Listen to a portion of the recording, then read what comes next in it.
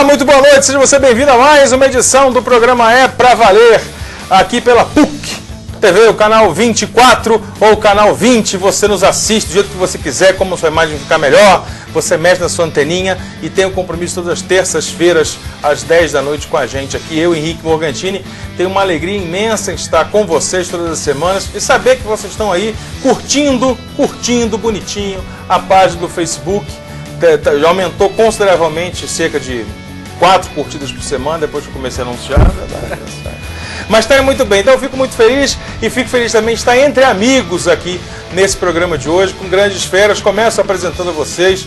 Nós temos duas carinhas que estavam fazendo mais esporte, não quiseram ir embora e quiseram falar sobre outros assuntos, porque falar só sobre esporte é chato pra dedéu. Então eles vieram falar sobre grandes assuntos aqui no É Pra Valer. Começo apresentando Daniel Santana, jornalista, advogado, astrólogo e especialista em assuntos astrais. É sempre bom demais ter você aqui, meu diretor Daniel. Boa noite, Morgantini. Boa noite a todos, principalmente aos nossos convidados aqui.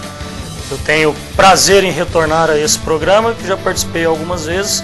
É sempre bom falar de coisas que não sejam relacionadas ao meio esportivo. Mas falaremos de esporte hoje também. Falaremos. Não é exatamente esporte, né? Vamos falar do Corinthians, né? O Corinthians está vindo uma coisa que, além do futebol, mas tudo bem, vamos falar um pouco do Corinthians, assim. O Daniel, interessante, Daniel começou a vir no programa, começou a participar, definitivamente, né, diante das câmeras, por ausência de convidados. E hoje ele vem porque a gente realmente faz questão dele. Você vê como é que são as coisas, como as coisas mudam. Não é o caso também do Guarani Neto, jornalista esportivo, também da casa, conhece tudo de esporte, mas também conhece vários outros temas e vai nos ajudar a desvendar coisas sensacionais. Fala, queridão. E a última vez que eu estive aqui foi para comentar as Olimpíadas. E agora eu me preparei para dizer boa noite, Henrique Morgantini. Acertou! A história rápida do... Bom, deixa eu contar aqui, vou mostrar meu amigo Gilberto, advogado, uma grande fera, vai nos ajudar a fazer um grande debate. Boa noite, Gilberto. É a nossa estreia, você é o estreante hoje aqui. É um prazer recebê-lo. Obrigado pela participação, por poder participar no programa. Obrigado, Henrique Morgantini, e obrigado ao público que está nos assistindo. Bacana, maravilha. A história que eu tenho para contar do Guarani, rapidinho, aqui antes de começar com o nosso programa, é o seguinte. Eu tinha acabado de conhecer o Guarani, momentos antes de entrar ali, naquela parte ali da preparação, maquiagem, a gente conversando, eu sou o Henrique, eu sou o Guarani, pois é, Henrique para lá, Henrique para cá, tudo bem, pau. Vamos participar do programa quando começa o programa.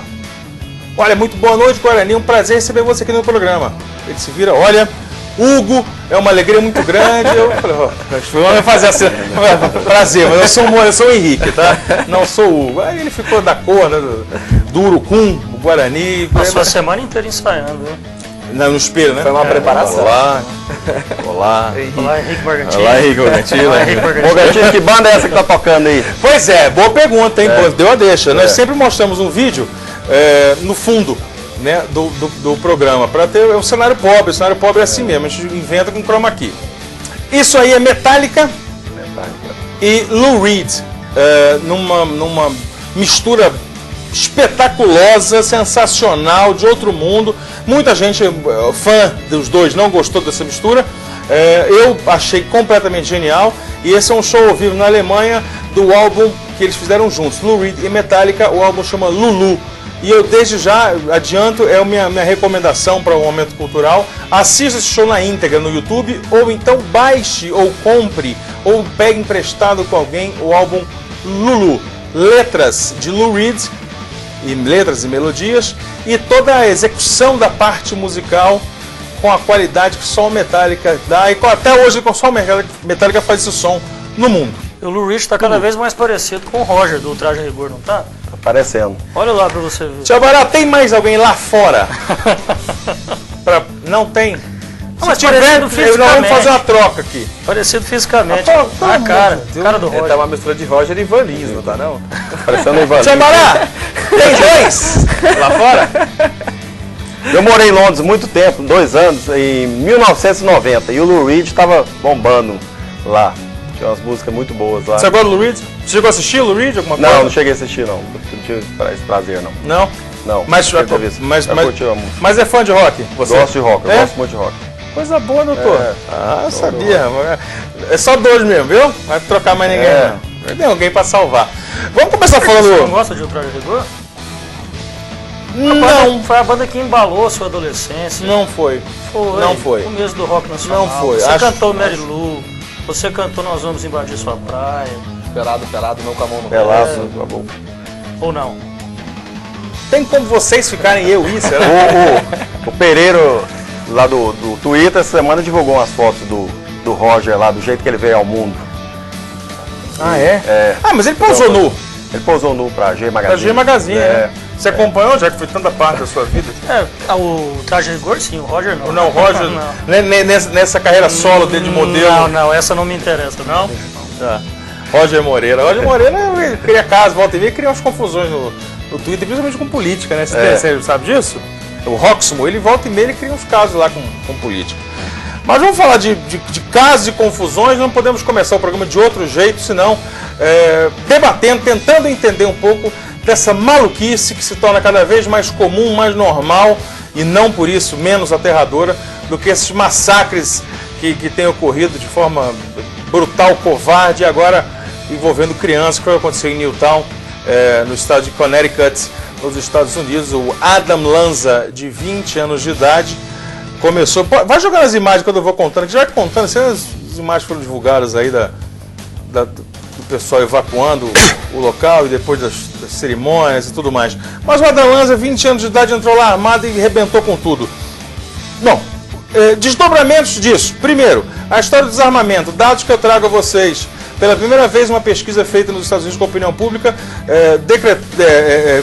descobriu que a opinião do americano mudou. Ele agora sim é a favor do desarmamento. Pelo menos a maioria. 54 a favor contra 43 que eram contra a ideia do desarmamento. O que eu trago a vocês primeiramente existe como a gente de alguma forma explicar o procedimento, a ideia do americano. Vamos voltar para a gente aqui, que essas criancinhas... existe uma forma de explicar, há uma razão, há uma explicação racional ou que explica uma patologia para alguém aprontar isso? Eu começo com você, doutor Gilberto Dias. Olha, eu acho que essas pessoas elas têm problemas mentais. E o grande problema delas é o acesso fácil a armas pesadas. A mãe do rapaz lá que assassinou todas essas crianças colecionava rifles, revólveres, que aqui no Brasil poucas pessoas teriam acesso a esse tipo de armamento, só bandido mesmo. Então, a pior coisa que tem é esse livre acesso que existe nos Estados Unidos a armamento pesado. A pessoa fica mexendo com arma, uma hora ela atira. Tanta gente tem tantas armas disponíveis que uma hora aparece um maluco aqui, outro ali, que vai atirar no pessoal. Então, a primeira coisa seria restringir as armas nos Estados Unidos. Guarani trouxe uma informação, eu tive acesso à pesquisa de que pela primeira vez a opinião pública nos Estados Unidos tinha mudado em relação à portabilidade, ao porte de arma e a compra facilitada de armas. E o Guarani trouxe uma outra informação, que é aquela de que houve uma quebra de recorde na venda de armas no final de semana. No último final de semana, os americanos ficaram com medo dessa pesquisa, né? E aí foi uma quebra de recorde, pelo menos nos últimos tempos, foi onde mais se vendeu armas no final de semana. Eu até concordo que a pessoa ela pode ter um distúrbio mental, mas eu também considero que a questão cultural que é impregnada com relação a vários anos, assim, isso também de uma certa forma predispõe a algumas certas situações. Por que eu digo isso? A história americana ela é marcada por yes, we can. Né? O tio Sam apontando o dedo e convidando você para ir para a guerra. E assim, historicamente, os Estados Unidos construiu essa ideia de armas, guerras, combates, amigos, inimigos, aliados, não aliados, bombas, revólveres, e isso de certa forma cria. Porque são eventos que acontecem em um local, né? Assim, esses eventos eles acontecem historicamente sempre no mesmo local. Agora, eu também não consigo considerar também que a pessoa ter uma arma, isso já predispõe que ela vai fazer alguma coisa. Isso já é uma questão psiquiátrica, né? É um distúrbio psiquiátrico que a pessoa tem. O fato de ela ter uma arma não significa automaticamente que ela está predisposta a cometer alguma coisa, mas é uma coisa lamentável, mais uma vez, que acontece nos Estados Unidos, contra um colégio, contra crianças, e é o que a gente estava conversando, Henrique. É uma coisa que não tem explicação. O cara sai e simplesmente quer barbarizar e faz o que ele fez. No caso aí da escola Sandy Hook. Sandy Hook. Doutor Gilberto, um negócio interessante é o seguinte, o sujeito que ele quer, ele está chateado e ele tem disposição para fazer isso, eu estava comentando essa hipótese, é uma hipótese macabra, mas é uma hipótese. Eu estou chateado com você, nós somos todos colegas de trabalho aqui, e você é meu chefe, você me maltrata muito, e eu não gosto de você. Então você não me maltrata, mas eu não gosto de você. Eu acordo um belo dia, lustro a minha arminha, preparo e deixo ela pronta. Hoje eu vou acabar com o Gilberto. E eu vou e acabo com você. De quebra, acabo com o Tchabará aqui, acabo com o Wilson, acabo com os meninos. E no final me mato. Agora, isso aí é, de certa forma, explicável, por assim dizer, porque eu tenho uma relação direta com vocês aqui. E eu quero matar porque eu não gosto de vocês. Agora, qual é a explicação que você dá para um sujeito que entra e mata completos desconhecidos e com essa agravante de serem crianças? É a cultura deles, como já virou parte da cultura, é um tipo de crime de segurança pública que tem nos Estados Unidos. A pessoa, um fez, o outro quer repetir e quer aumentar. Vai ser sem aquela repetição. Aí tem um maluco e tem armas, junto os dois acontece isso. Porque as pessoas matarem umas às outras já é uma coisa anormal, mas acontece em toda a sociedade. Aqui em Goiânia mesmo eu considero que nós temos serial killers aqui em Goiânia que estão matando essas pessoas aí na rua, esses moradores de rua, entendeu? Na polícia de Goiânia, de Goiás, deve ter serial killer, pessoas que saem matando aí, usando uniforme, mas matam com prazer. Muito bem. Daniel, há uma relação nisso, queridão? Você enxerga a relação, a facilidade de armas versus esses crimes? Sim, com certeza. O acesso fácil à arma, ele acaba, para mim, fazendo com que essas atitudes de pessoas descontroladas, algumas inclusive com problemas médicos, passam a ser atitudes que afetam a vida de muitas pessoas e acontece com uma certa constância nos Estados Unidos. Não é a primeira vez que a gente está falando sobre esse assunto aqui no É Pra Valer, nós já falamos sobre isso aqui. Então eu acredito que tem tudo a ver, acho que tem que se rever a questão armamentista nos Estados Unidos. O Guarani falou da questão cultural. É um país onde a facilidade do acesso à arma é cultural, vem de muitos anos. Inclusive, tem a questão que a gente conversava antes do programa da caça, onde é permitida a caça. Então, esse acesso à arma muitas vezes é para o tiro esportivo, para a caça. Tudo isso eu acho que tem que ser preservado. Mas não pode ser preservado o acesso desnecessário à arma, principalmente quando é uma quantidade de arma que não é para você caçar uma manada de búfalos. Ninguém lá nos Estados Unidos caça uma manada de búfalos. E o principal da questão cultural, eu já falei isso aqui da outra vez que nós comentamos sobre esse assunto aqui no próprio É Pra Valer, é que a ideia armamentista americana ela é muito antiga. Ela vem da época da colonização, aliás, não é nem da colonização, da época da independência. Se você pegar a Constituição americana, lá está escrito que todo cidadão americano tem que ter uma arma para proteger a ele e a sua família do rei da Inglaterra.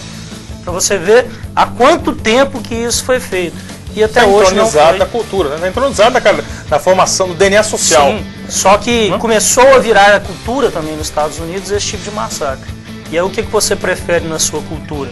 A facilidade do acesso à arma ou você ficar conhecido por ser um país onde se massacra crianças devido a essa facilidade? Esse DNA social. Tem até a frase, né, o bordão de quem defende essa questão nos Estados Unidos da facilidade ou então da permissão das armas, que é o Guns don't kill, people kill. People kill. E dando a ideia de que a arma não mata, óbvio, quem mata é a pessoa. Mas se essa pessoa não tiver acesso à arma, pelo menos esse tipo de massacre ela não vai poder fazer. Pode matar pode cometer um suicídio, mas massacre de 20 e tantas crianças, isso não vai acontecer. O Chris Rock, aquele humorista americano, em um dos stand-ups comedy dele, né, ele sempre faz essa menção, que ele fala que uma bala deveria custar $5 mil. Porque o cara, quando fosse matar alguém, vai falar, esse cara vale $5 mil? Faz sentido. Será que ele vale 15? Porque eu vou ter que disparar 3 tiros contra ele? Então realmente faz muito sentido, né? A questão do acesso, ele facilita muito isso. Eu lembro do Chris Rock, ele sempre, todo o stand-up comedy dele, ele faz uma alusão a essa questão da facilidade do americano ter acesso às armas. Eu acho que entra um negócio, Gilberto, que é a história do sujeito que vai em busca de uma fama.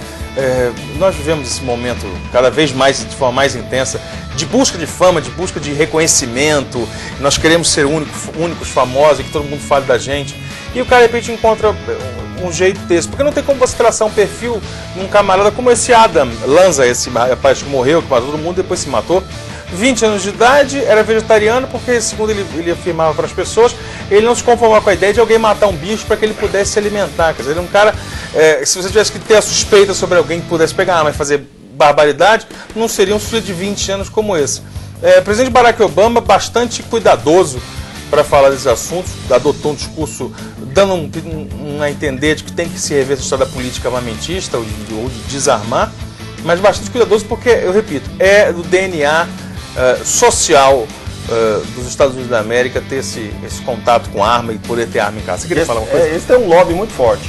E eu queria salientar que aqui no Brasil nós estamos lançando agora uma nova campanha do desarmamento. E o governo está pagando de R$200 a R$450 para que as pessoas entreguem suas armas na Polícia Federal ou em qualquer posto da Polícia Civil ou da Polícia Militar. Então eu convoco todas as pessoas que tenham arma em casa, que entregue sua arma, vá lá e entregue, porque ter arma em casa, o seu filho pode ir lá, pegar a sua arma, dar um tiro, acontecer um acidente.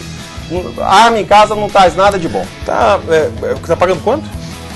Subiu agora, era de 150 a 300, agora subiu para 200 a R$450. Tem que tomar cuidado, porque vai ter que começar a ter gente comprando arma de R$100 para vender por 200 para o governo. Então, mas acabando as armas, olha, o governo tem uma verba enorme para gastar com isso. É verdade.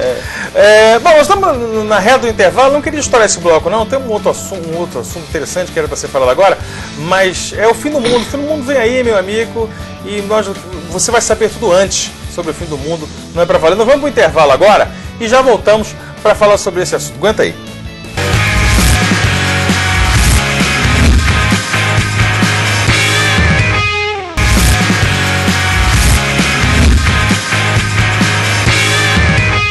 Bem, quem está de volta é o fim do mundo, não, é pra valer, falando sobre o fim do mundo. A segunda parte do É Pra Valer, nós vamos falar sobre a história do fim do mundo, que o fim do mundo está chegando com certeza, pelo menos para um casal lá em Porto Velho, meu amigo, em Porto Velho a coisa tá assim. Uma vidente, rapaz, a dona Eunice Coelho, tem tanta certeza que o mundo vai acabar que ela e o marido dela, de 79 anos, estão guardando mantimentos, água, livros, algumas coisas de primeira necessidade. Está aí essa dupla sensacional, essa é a vidente. E ela diz o seguinte: ela vai guardar tudo isso para o fim do mundo? Ela está se preparando para o fim do mundo. E ela diz que ela tem seguidores, tem pessoas que estão junto com ela, vão se refugiar numa área rural de Porto Velho. Essa não é a área que eles vão refugiar, esse é um assunto que eu vou falar daqui a pouco aqui, mas mostra os velhinhos. Daqui a pouco a gente conta essa outra imagem aí. O lance é o seguinte: ela disse que nos contatos com o mundo espiritual, essas entidades têm dito que a partir do dia 21 realmente coisas ruins vão acontecer. Coisas ruins vão começar a acontecer. Quais coisas? Perguntam para ela. Aí ela dá uma resposta muito interessante. Ela fala assim: são dados aproximados, porque as entidades do mundo espiritual não falam com precisão. Pô, se o cara veio do além, amigo, pra falar contigo, ele ia ficar dando resposta evasiva, pô, o mais difícil ele já fez. Que foi aparecer, falou: Eunice, eu vim de outro mundo lhe falar. O quê? Não posso contar. Falou: pô, você vai fazer o que aqui, telefonia brasileira. Não é possível. O que eu pergunto pra vocês movimenta, tem gente seguindo a Dona Eunice, o marido dela. O que eu quero saber é o seguinte: por que o ser humano tem tanta mania, tanta vontade de acabar com o mundo, Daniel? Bom, eu acho que hoje teve uma matéria, não sei nem se isso está na pauta, isso que eu vou estar te atrapalhando. Mas hoje teve uma matéria que saiu no G1 que nós inclusive mostramos aqui no programa como uma forma de brincadeira. Que é assim, ó, outras previsões de fim do mundo já falharam. Ah, sim. É óbvio. Sim, muito se você está escrevendo a matéria ali, é óbvio que elas falharam. Olha, o mundo, disseram que mas nenhuma delas até agora, né? Então eu vejo mais ou menos como uma questão, não chega nem a ser cultural, mas eu acho que o ser humano ele tem esse medo do fim do mundo, sem imaginar que o fim do mundo não é quando você morre. O fim do mundo pode ser a qualquer dia, pode ser amanhã, depende de quando vai acontecer comigo, vai acontecer com você. Então isso está muito dentro da concepção humana, na minha opinião, do medo da não existência. O ser humano ele não consegue conceber um mundo sem a sua existência, porque ele só conhece o mundo ele existindo. A partir dele, né? A partir dele. E isso acaba transcendendo para esse medo coletivo e às vezes até histeria de fim do mundo, com diversos outros fatores também. o cinema auxiliou muito nessa questão. Ah, não, do fim sim, do mas é mundo, porque né? isso tudo vende, né? Vende livro, vende filme e tal. E para conter um pouco de desespero de fim de mundo, uma universidade do Texas decifrou o que seriam novos ciclos lunares. Agora sim, aquela imagem picaretaça foi encontrada numa gruta na Guatemala. Olha aí. Tá vendo? Você não tá entendendo nada, você acha que é um negócio mal pichado, uma parede velha. Mas não é não. Na verdade, segundo os texanos, são 4 novos ciclos lunares, estão passando de 13 para 17, que são as pinturas feitas aproximadamente no século IX e que mostrariam que o mundo vai existir por milhões e milhões de anos. Isso na Guatemala, então eram os próprios maias realmente mostrando isso. Você tem algum interesse em particular para o mundo acabar, Guarani? Não tenho, mas eu concordo com o Daniel. Eu acho que as pessoas elas teatralizam, né, o fim do mundo. Assim, meteoro cai, ondas vão para o alto e pessoas correm, né? Mas essa pintura aí, ela se assemelha muito com aquela também, que é muito similar, assim, é muito essa questão do fim do mundo com vida em outro planeta, né? O pessoal fala que... Eu não sabia que o amigo tinha essa porque qualidade. esse dom artístico, Esse não? dom de já fazer essa análise? Na verdade, eu sou curioso. Faz uma análise porque, semântica, assim, semiótica, sociológica, o léxico da imagem? Dentre as coisas que eu gosto de estudar, uma delas é vida em outro planeta, né? Ah, não. E gosto, eu gosto. Não, mesmo. peraí. Rompemos a pauta aqui de verdade. Rompemos a pauta, não esquece. Isso aí é o seguinte, algumas pessoas acreditam que essas pinturas antigas, elas são mensagens deixadas pelos nossos criadores. Para quem quer entender o que eu estou dizendo, mais ou menos e muito distante daquele filme Prometheus do Ridley Scott. Ele vai contar essa teoria mais ou menos de uma outra forma, que é os nossos criadores, os nossos pais, chegaram à Terra e aí eles deixaram algumas pinturas como uma mensagem, fazendo uma alusão a quem? Ao Sol. Ao céu, ao espaço. Não é aquela história que ele cai no anos 70, aquele picaretaço que escreveu seriam os deuses astronautas? Eram os deuses astronautas?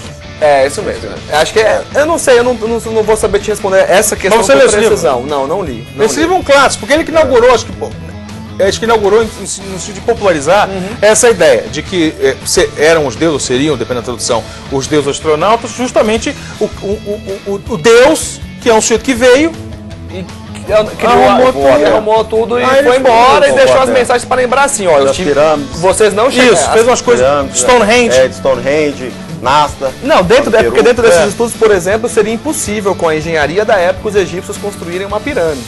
Então já fazem uma menção que a pirâmide, por exemplo, é algo que deixaram lá para lembrar os antigos que alguém esteve lá. O negócio é o seguinte, eu não quero mais saber do fim do mundo, eu quero saber... Hoje o fim do mundo quase começou em Goiânia. É uma chuva tão grande que mas foi ontem. Não, foi hoje. Hoje caiu. De hoje até sexta-feira, que é o dia marcado do fim do mundo, qualquer coisa acontecer já é prenúncio. Não é? Hoje cai um raio. Esse é o raio do fim do mundo, nunca vi um troço desse. Eu quero saber o seguinte, tem ET? Não. Você investiga. Não. Na minha opinião, é porque é aquela história, a gente teatraliza as coisas, né? Tá bom, rapaz. Mas pra mim, sim, tem. E aparecem aqui? Não vem mais. Aí é que tá. Ah, já vieram. Eles vieram, voaram.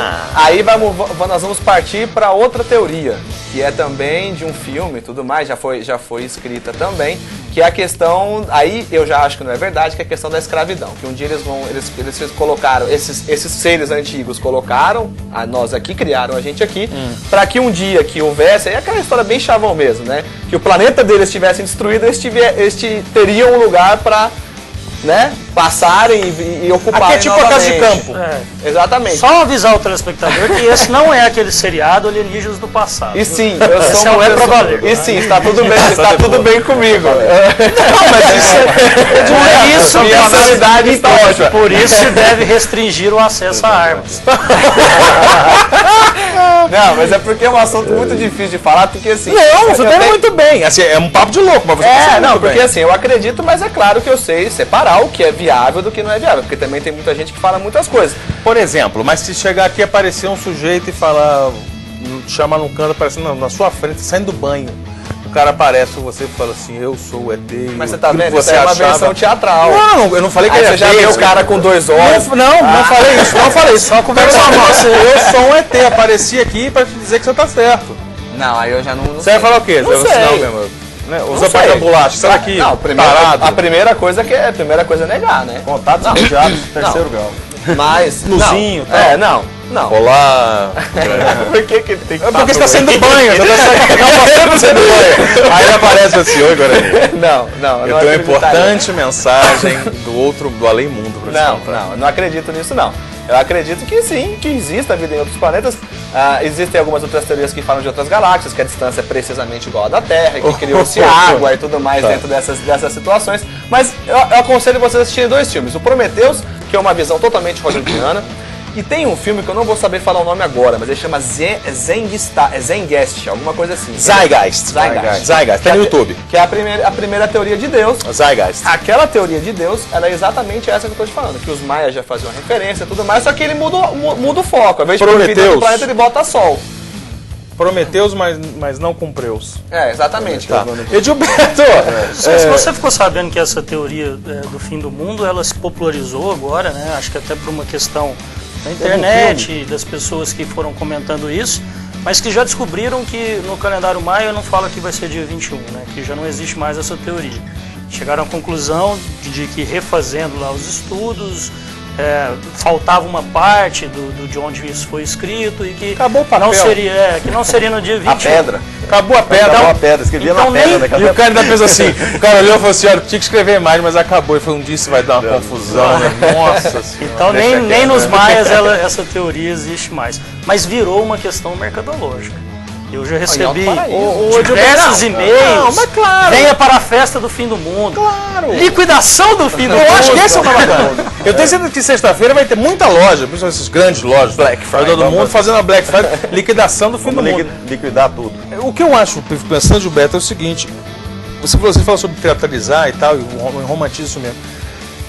Deve ser chatíssimo se o mundo realmente acabar mesmo. O mundo e de repente chega alguém e fala que seja Deus, e fala assim, olha, gente, acabou. Vamos embora. Isso.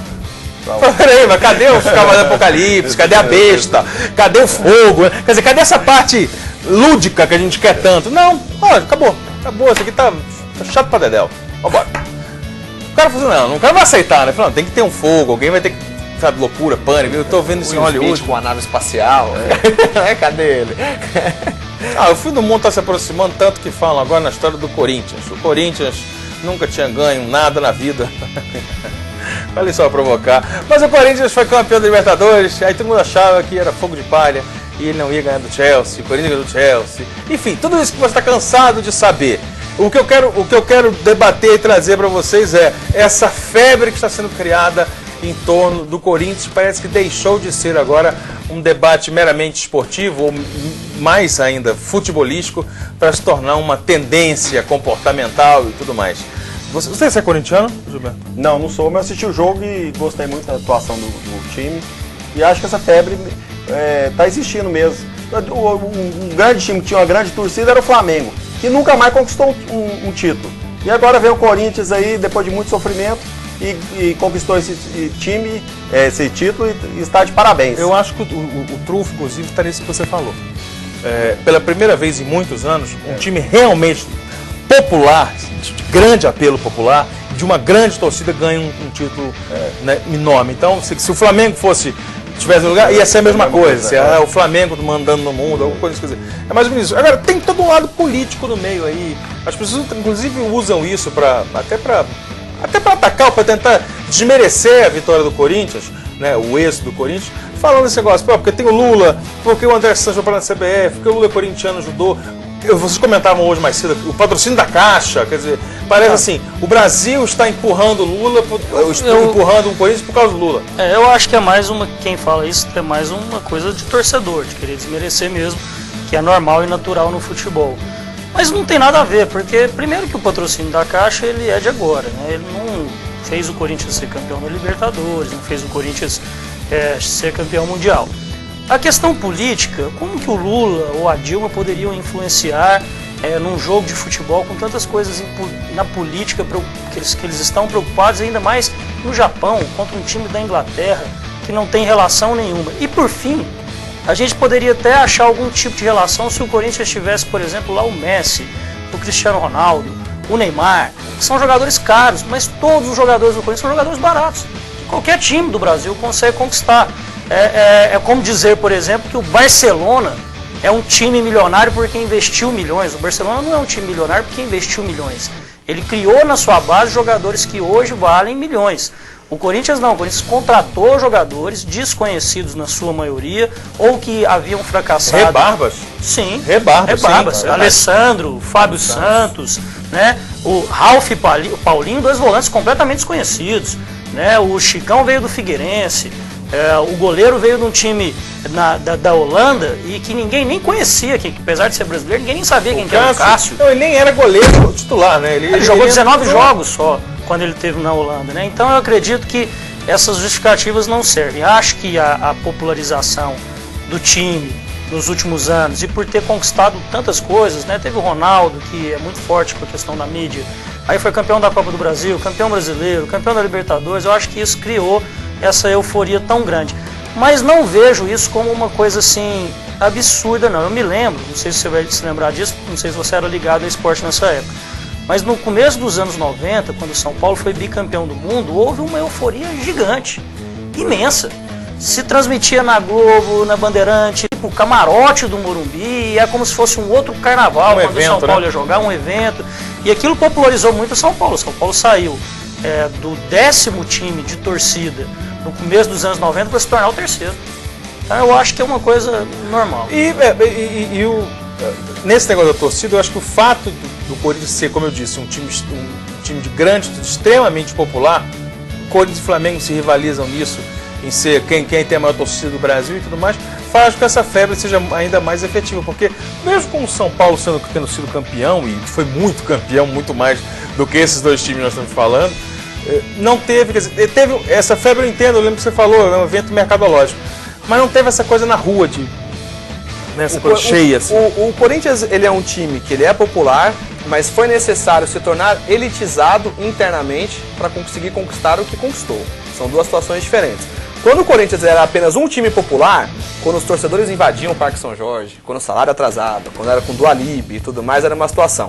A partir do momento em que houve a contratação do Ronaldo, que pra mim é o que determina hoje, o Corinthians foi campeão do mundo, de um planejamento que começa com a contratação do Ronaldo e com a criação de uma coisa que é sensacional da Nike, que chama-se a República Social do Corinthians. É um nome tão bonito. E apoio do Lula. É um nome tão, mas é um nome, não, mas aí são questões diferentes. É um nome tão bonito, né? República Social do Corinthians. Eu não faço mais parte de uma torcida, eu faço parte de uma república, né? Porque o corintiano, o torcedor corintiano, ele tem dentro dele que ele é uma nação. É uma nação. Ele tem um sentimento nacionalista que ele tá fora dos, né? Tá fora dos outros padrões do futebol. Então, a partir dessa elitização que houve da parte interna do Corinthians é que conseguiu trazer bons reflexos. Pode continuar. Não, o Edilberto tem uma ligação natural com políticos, especialmente com o PT. É advogado do PT? Sou advogado do PT, sou militante. Militante do PT. Você falou brincando do Lula, mas sem dúvida que ter o apoio de um líder tão popular, de um sujeito que atravessa na história um momento tão singular, né, como político, como figura política, faz diferença. Né? Não sei se no campo faz a bola entrar ou sair, ou o juiz apitar contra ou a favor. Isso aí eu acho que está até bastante distante. Mas que faz uma diferença no trato da coisa toda, faz. Né? Faz a diferença. O Lula é um grande líder conhecido mundialmente e aí ajuda, né? Tá fazendo o estádio lá, Itaquerão, tudo. Sempre o Lula dá uma forcinha.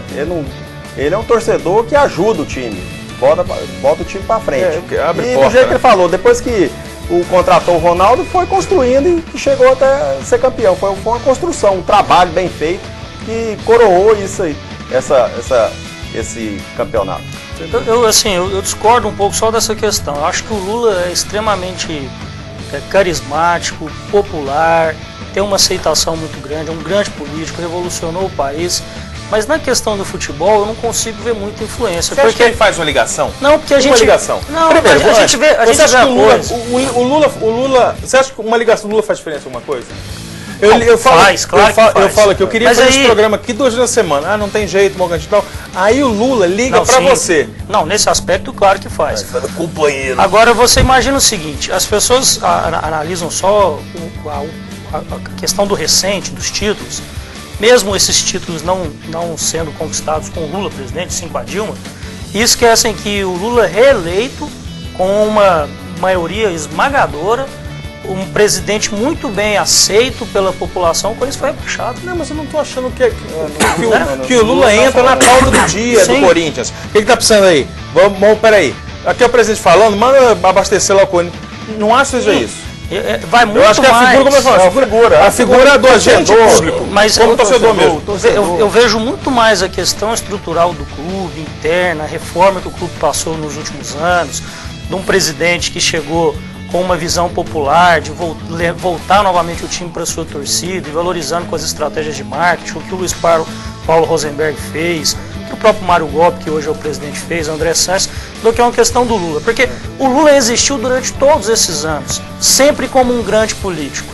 E eu não vejo motivos para ele pensar assim, eu não vou ajudar em 2007, não vou ajudar em 2008, mas agora em 2012 eu vou ajudar. Eu vejo como um grande, um auxílio realmente, uma pessoa influente, na hora que você precisa de fazer uma negociação, alguma coisa, é uma pessoa que pode ajudar, mas nada mais do que isso, uma ajuda. Muito bem. Nós vamos me intervalo e eu trago informações. Só para terminar esse assunto. Fala, Lula. O finalzinho, não do Lula, mas da questão dessa euforia e dessa transmissão que a gente viu em vários canais, uma cobertura assim, muito grande. Para mim, também esse título do Corinthians cai numa lacuna de necessidade que a mídia tem e que a seleção brasileira hoje não consegue comportar. Boa tese. Não consegue abastecer. Né?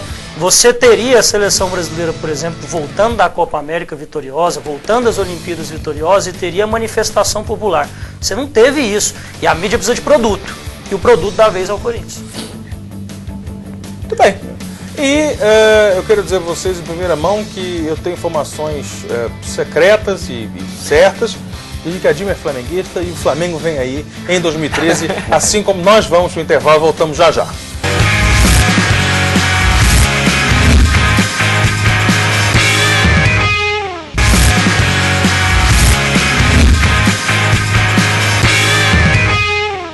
Estamos de volta para a terceira e última parte do É Pra Valer aqui pela PUC TV. Eu não falei no segundo bloco, eu falo agora que você tem a página facebook.com/É Pra Valer. E você curte lá a página, até o momento você não ganha nada em curtir a página, mas vai ser legal. A gente vai começar, a gente já está colocando algumas dicas lá do que a gente costuma conversar aqui, links para você baixar música, baixar livro, para você assistir alguns filmes, vídeos e por aí vai. Todos os programas passados. Todos os programas, todos que esse programa já fez, estão lá com um linkzinho bonitinho para você assistir, caso você realmente esteja desocupado a esse nível, a essa profundidade. Mas se você quiser assistir, tá lá uma overdose, é para valer, não quebra nada, calma. Tudo ok. É negócio de extraterrestre? Não é. Eles não chegaram ainda. O dia que eles chegarem vai ser uma loucura. Ele ficou imaginando o cara chegando no banho, entendeu? Aquela conversa. O cara ficou que legal, vai ser uma loucura e tal. Mas o que vai ser uma loucura também, o que já é uma loucura, está acontecendo lá no Mato Grosso, que é na cidade de Lucas do Rio Verde. É a tradução oficial do Pequenas Empresas, Grandes Negócios. Isso porque um grupo de 9 empreendedores, incluindo 2 menores, tinham um próspero negócio. Um sex shop. Um sex shop, isso mesmo. Mostra lá os produtos que foram apreendidos no sex shop. Incluindo, claro, um boneco inflável para o seu prazer. Esse não se assemelha com o ET que você imaginou. Bom, qual é o problema? Por que a notícia um grupo de 9 pessoas terem 2 sex shops e terem tênis caros da marca Nike? O problema é que eles montaram esse investimento em torno de 200 mil reais através de um financiamento muito curioso. Doutor Edilberto, eles estavam extorquindo um fazendeiro no interior do Mato Grosso, na cidade de Lucas do Rio Verde, ameaçando de ir à polícia. Tudo porque eles forjaram uma situação na qual esse fazendeiro aparece conversando com a menina de 15 anos de idade. Sei. Batendo papo, não sei o que, eles filmaram a situação toda, pagaram R$300 para a menina, R$300. Para ela participar, ela meio que dá uma insinuada, a conversa não tem nenhuma conotação sexual, segundo o próprio delegado que está investigando o caso, e eles começaram a ligar e mandar mensagens e falar: olha, nós vamos à polícia mostrar que você estava aliciando, estava de rolo com a menina de 15 anos. Ele começou a pagar, e um dos repasses chegou a dar 20 mil reais na conta bancária dos criminosos. Com isso, eles não tiveram dúvida, deram um prosseguimento ao negócio no ramo de entretenimento adulto e montaram 2 sex shops até que eles entraram pelo cano com dieta boneco inflável e tudo, porque o cara cansou e botou a boca no mundo. É mole? Não é mole não. Não é mole não. Não é mole não, sujeito. O cara foi mole demais, né? Já devia ter cortado desde o começo. Ele não tinha culpa no cartório, não? Olha, é estranho, né? Porque se alguém me liga e fala, vi você conversando com a menina de 14 anos, eu falei, ok, eu vou denunciar você. A não ser que, eu falei, ok, pode denunciar, a não ser que eu tenha tido alguma conversa com essa ou com outra menina com a mesma idade, né, menor de idade, e eu tenha tentado fazer alguma sacanagemzinha aí. Vou até perguntar pro Daniel, que o Daniel é advogado, é aquela história, né? Vou perguntar pro Gilberto também, um advogado muito mais competente Olha que só, eu. mas assim, é porque É alienígena demais. depois de, enfim, você pode até falar isso, mas se eles arrumarem 3 testemunhas que falam que você estava fazendo, um abraço. E você imagina... É complicado pra... Não é verdade? Porque filmar, se tem testemunha, tem se não sei o quê. aparecer O cara alguém pode falar, ficar eu tava lá pode e ter ficado realmente comigo. falou isso, então um abraço. E botarem a menina, não pra falar, mas pra dizer pra ele, ela vai confirmar que você... Eu aprendi que a justiça não é justa, é só isso. A justiça ela não é justa. É mais ou menos. É, mas às vezes Não, extorsão... sim, claro, tu fala assim, bem Ele tinha que superficialmente. comprovar a extorsão, né? A extorsão É. destrói qualquer tipo de prova. Mesmo que tenha acontecido o caso, só deles terem extorquido a pessoa, já descaracteriza o outro crime.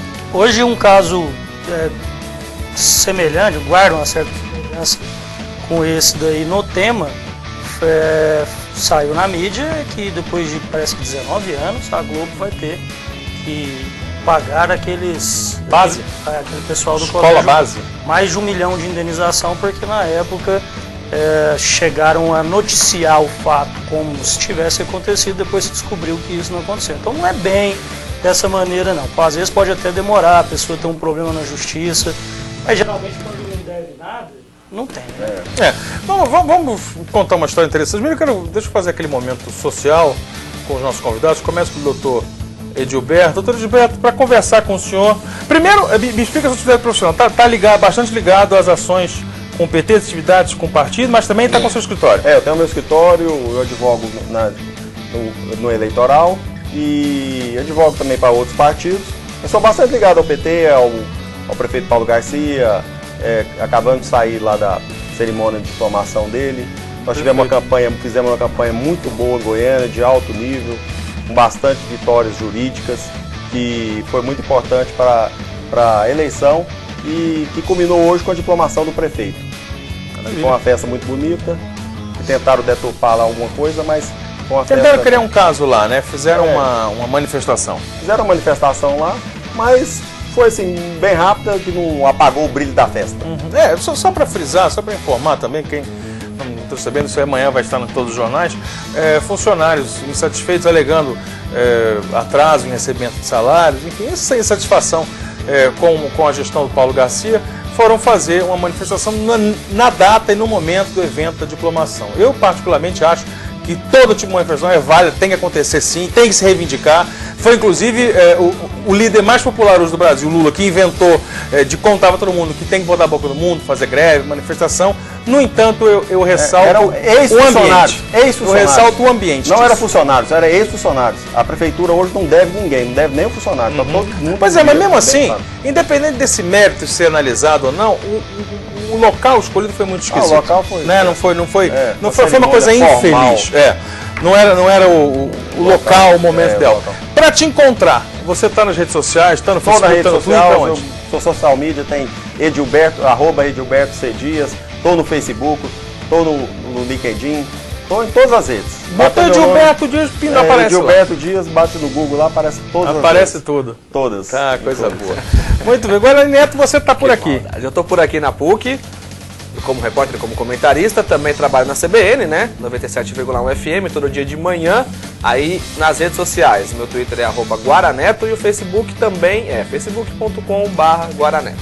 Muito bem. Quando a gente fala aqui, eu falo do Tchabará, falo do Alice, todo mundo que tem um apelido. Tem o Lucas Moranguinho, que fica lá em cima.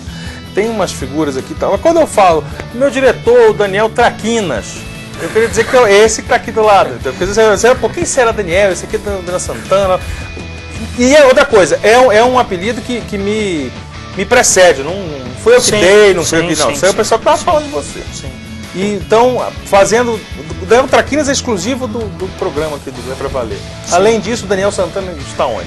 Estou no Mais Esportes todos os dias, agora também no Nacional, a partir da 1h15 da tarde, segunda a sexta, às 19h15, às 7h15 da noite, já há muitos anos no Mais Esportes local, nosso debate, e os domingos às 8h30 da noite, quem quiser me encontrar, Daniel Santana TV, é o nome do Twitter e também no Facebook. Se você quiser entrar no blog, é danielsantana.tv, tem um blog lá com alguns textos. No final de ano está um pouco abandonado, mas a gente vai retomar. Dizer que eu sou um admirador do Dr. Eudilberto, por ser advogado, e eu tenho sempre informação sobre os trabalhos que ele faz no ramo da advocacia e também como tuiteiro. Ele sempre está lá tweetando sobre os assuntos, fantástico, se então, posiciona. acompanho muito, foi um prazer fazer o programa aqui com ele. Uma coisa boa, mas é bom demais. Estar fazendo, nós estamos fazendo. Vamos frisar um assunto. Eu queria falar sobre, aproveitar até a presença do Gilberto, por ser um militante do Partido dos Trabalhadores. Eu queria frisar, eu queria marcar aqui com o assunto do mensalão, porque de repente o assunto, que era o grande assunto pré-eleitoral, era o grande evento, era o julgamento do século, era o julgamento que ia mudar o Brasil.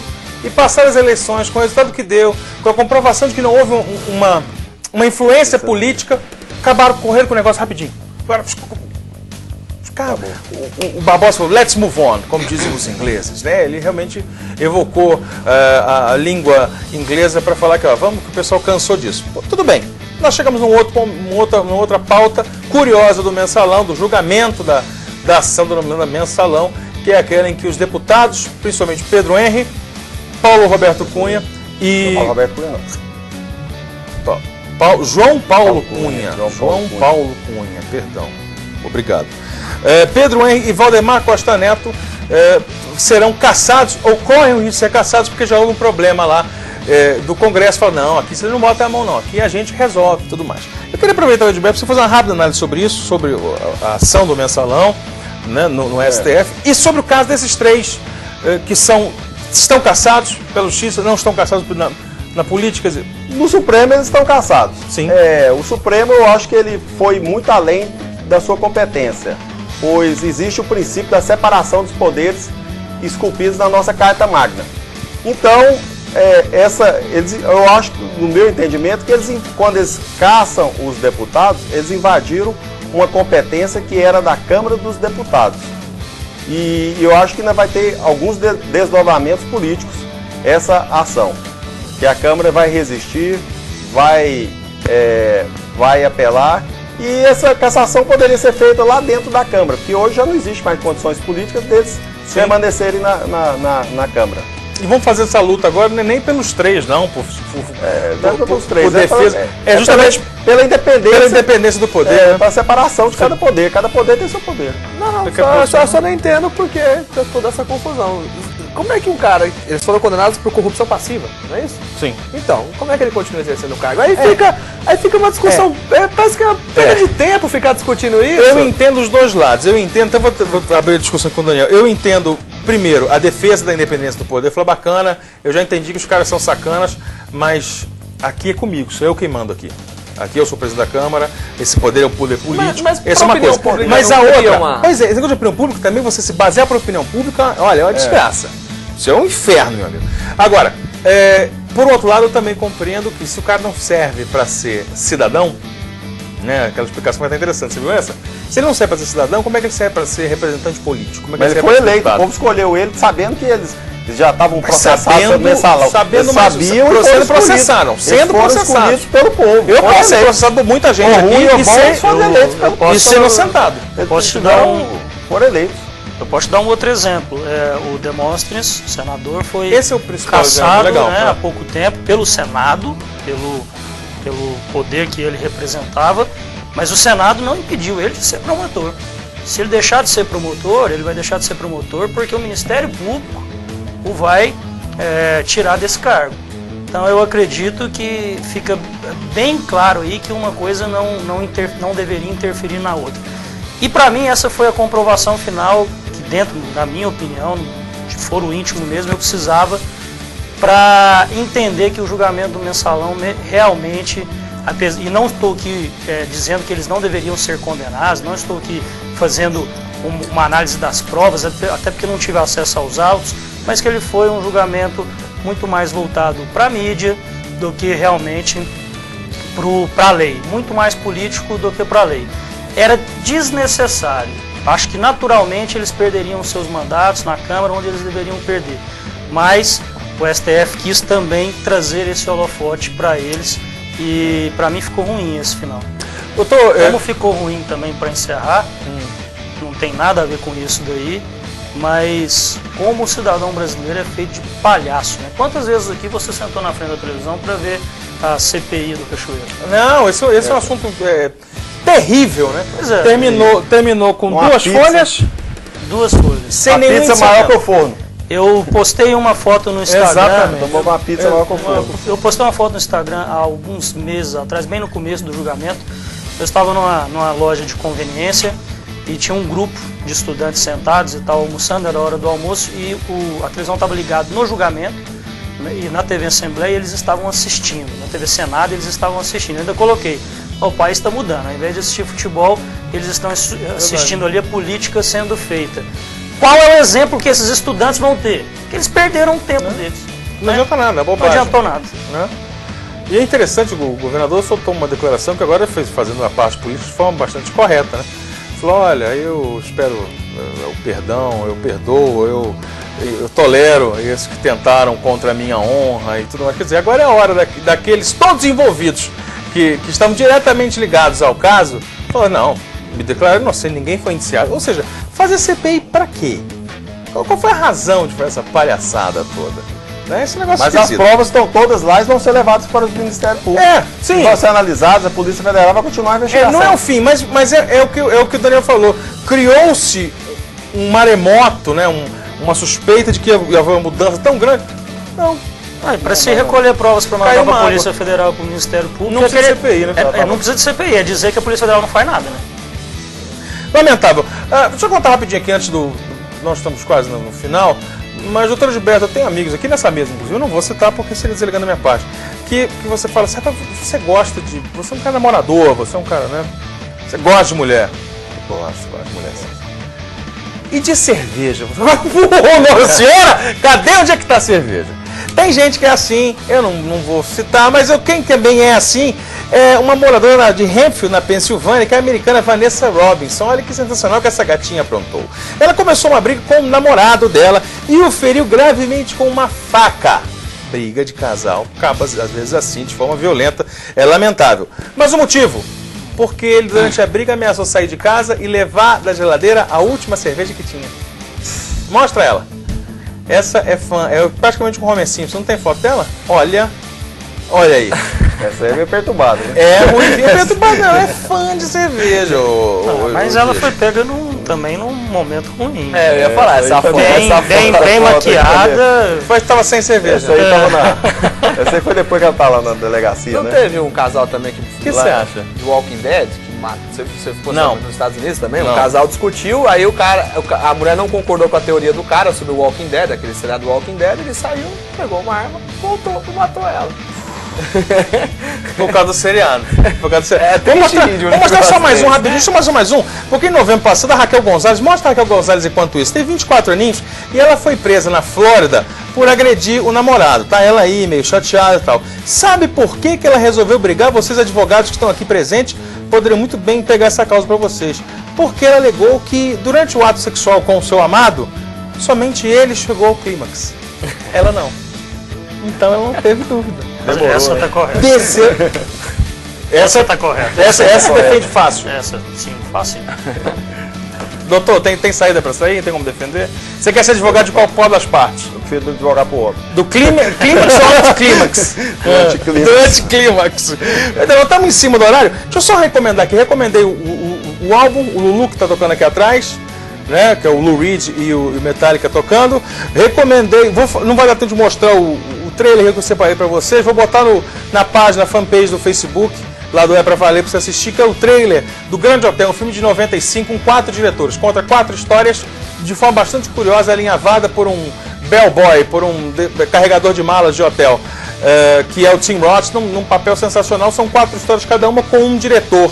E a última, para mim, uma das coisas mais incríveis que tem ali, e até em outras comparações, é a história do Quentin Tarantino, amplamente homenageando e inspirada em Alfred Hitchcock. E por fim o livro, mostra o livro. O livro tem como mostrar a pagininha, a fotinho. Tem o Reinaldo Moraes e o livro. Recomendo vocês gravem fortemente esse livro. O livro não aparece nunca, está com dificuldade. Que é o Pornopopeia, do Reinaldo Moraes.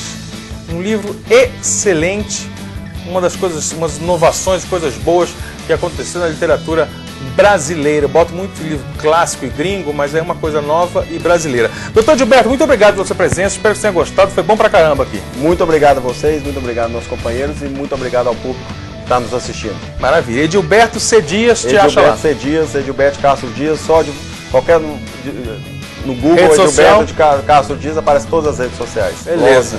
Tudo. Meu interlocutor dos ETs. Prazer. Não, foi muito legal para você, ainda mais sabendo que você tem esse contato tão expansivo. Você pega amizade fácil, né? Até com ET. Eu acho curioso, só eu gosto de ler sobre vários assuntos. Um que me chama muita atenção também são os ETs. Prazer estar aqui. O Hugo gosta de você. Venha mais porque o Hugo gosta de você. Bonitão, nós podemos falar que nós vamos tirar folga? Vamos embora? Sim, volta dia 8 de janeiro. Né? Nosso último programa aqui do ano, voltamos dia 8 de janeiro. Valeu? Valeu, obrigado a todos, presença aí e Feliz Natal, Feliz Ano Novo para todo mundo. Dia 8 de janeiro a gente tá de volta com a Pra Valer. Muito bem, se deixarem não vão fazer isso mesmo. Beijo para vocês todos, agradecimento à galera do Estúdio Jabará, Lucas Moranguinho, o Wilson tá aqui, o Alice, essa galera toda linda e maravilhosa, sensacional, são homens sensuais e incríveis. Beijo a todos vocês.